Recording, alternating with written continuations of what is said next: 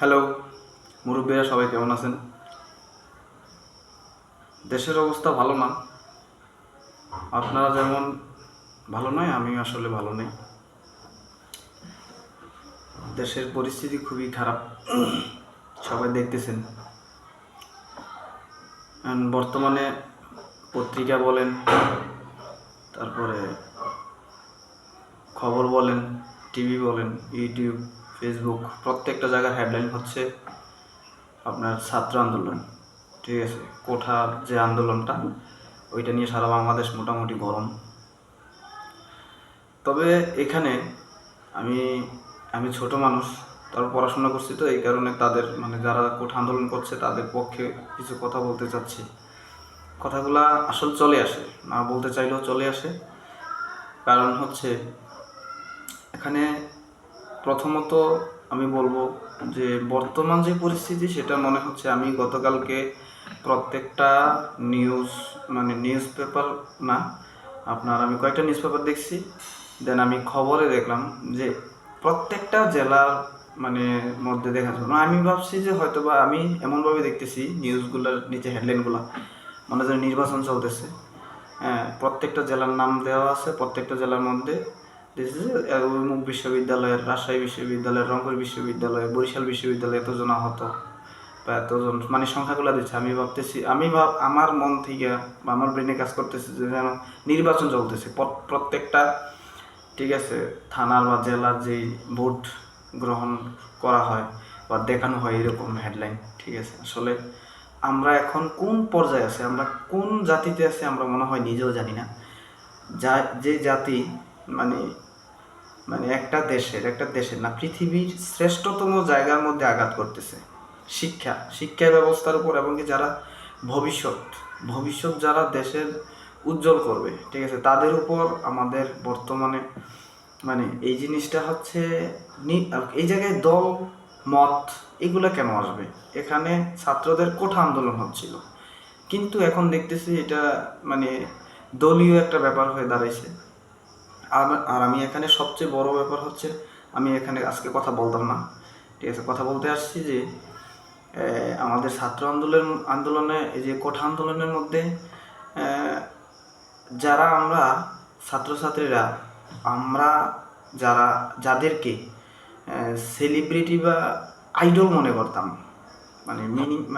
স্টুডেন্টরা, মনে করেন যে কোনো কলেজে বা বিশ্ববিদ্যালয়ে যে সমাবর্তন হইতো বা কোনো একটা মনে করেন রিসেপশন হইতো, সেই জায়গায় যাদেরকে আমরা আইডল হিসেবে নিতাম, মোটিভেশনাল যারা বক্তব্য দিত, ঠিক আছে, আজকে আমি প্রায় কয়েকদিন যাবত এগুলো চলতেছি, কাউকে দেখলাম না যে সামনে এসে কথা বলতে যে আসলে কোঠা আন্দোলনটা রাইট। দেন এর মধ্যে আমি দুইজন মানুষকে স্যালুট জানাই। দুইজন মানুষ দেখলাম তারা আসলেই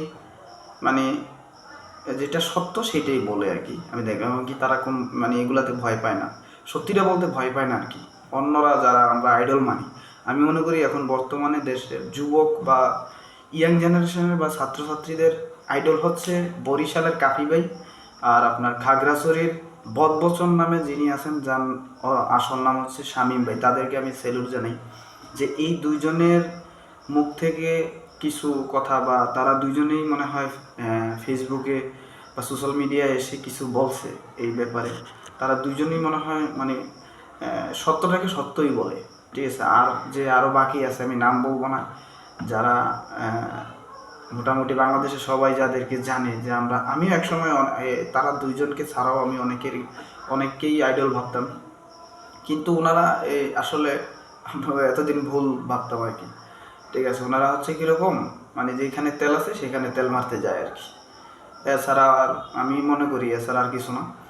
আর বর্তমান যে পরিস্থিতি, সেই পরিস্থিতিতে আমি বলবো যারা এই যে দুর্নীতি বা অবিচারগুলো করতেছেন, নির্যাতনগুলো করতেছেন, একটা জিনিস মনে রাখবেন যে সময়, ঠিক আছে, আপনি বদলাবেন না, কিন্তু আপনার সময় বদলাবে, ঠিক আছে। আমরা একটা সময় শুনতাম যে এক মাঘে শীত যায় না। এই কথাগুলো যারা বলেছেন 100% অনেক ট্যালেন্ট এবং কি বিশেষজ্ঞ, তারা একটা জিনিস নিয়ে মনে করেন চিন্তা ভাবনা করে অনেক জ্ঞানী মানুষেরা এইসব কথাগুলো বলেছেন, এগুলো একটু একটু ভাইবেন, ঠিক আছে? এখন বর্তমানে যাদেরকে মেরে ফেলতেছেন, আপনারও কিন্তু একদিন মৃত্যু হবে, সেটা আপনি মানে মৃত্যুটা অনিবার্য। আর আপনি যেইভাবে আরেকজনকে মানে সবার তো সাধারণভাবে মৃত্যু হবেই, তারপর আপনি যদি কাউকে আপনার নিজের দ্বারা কেউ মৃত্যুবরণ করে, ঠিক আছে, বা নির্যাতিত হয়, আপনি সেটা ডাবল পাবেন, সেটা 100% ধরে রাখেন। আর আপনারা যারা ভাবতেছেন যে আপনারা যেভাবে চলতেছেন সেভাবেই চলবে, আমি দেশের কথা বলতেছি না, দলের কথা বলতেছি না, সারা দুনিয়াটাই এরকম। আপনি এখন যদি কারোর উপর জুলুম করেন, 100% আপনার উপর জুলুম হবে।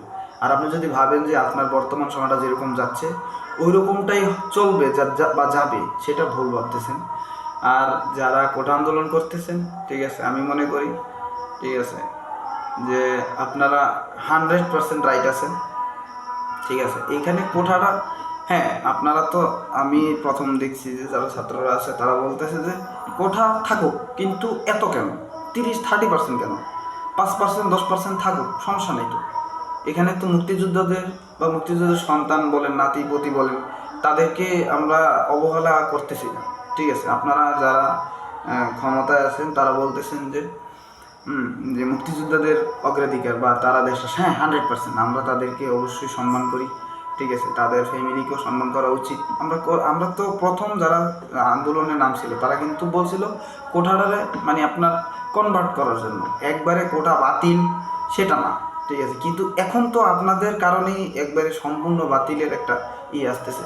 এবং আমি মনে করি আপনারা যারা, আমি তো অনেক ছোট মানুষ, যারা অনেক বয়স বা অনেক জ্ঞানী, তারা হয়তো বা দেখেছেন যে পৃথিবীতে প্রত্যেকটা জায়গায় ছাত্র আন্দোলনে যেই কোনো জিনিস চেঞ্জ করতে পারে, ঠিক আছে। আপনারা একটু মানে মানবতার দিক থেকে চিন্তা করেন, ঠিক আছে। আপনারা যেইভাবে এদিক ওদিক ছাত্রদেরকে মারতেছেন, অনেক মেধাবী ছাত্ররা মারা যাচ্ছে, এই জিনিসগুলো একটু ভেবে দেখবেন যারা বর্তমান ক্ষমতায় আছেন, ঠিক আছে।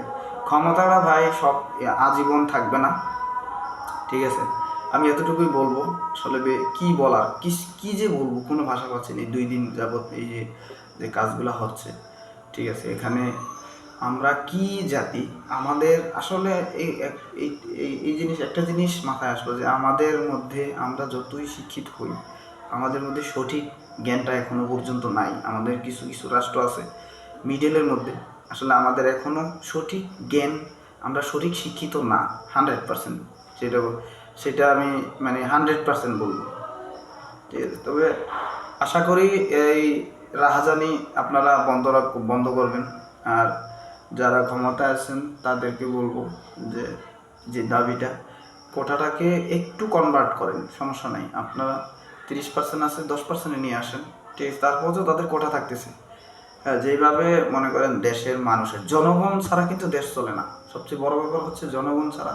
আর সবচেয়ে আপনার দেশের যেই মাথা, স্টুডেন্ট, ছাত্রছাত্রীরা, ঠিক আছে, তাদের উপরেই আপনারা যেভাবে নির্যাতন, তারাই যদি আপনার মনে করেন না থাকে, তাইলে আপনার দেশ দিয়ে কী করবেন? জনগণ আর ছাত্রছাত্রী যদি না থাকে তাহলে আপনি দেশ দিয়ে কী করবেন? ঠিক আছে, এতটুকুই আমার বলা। আসলে আমি ছোট মানুষ, এই কথাগুলো জানি না কতটুকু মানে পৌঁছাবে, কার কার কাছে যাবে। ধন্যবাদ সবাইকে, ভালো থাকবেন।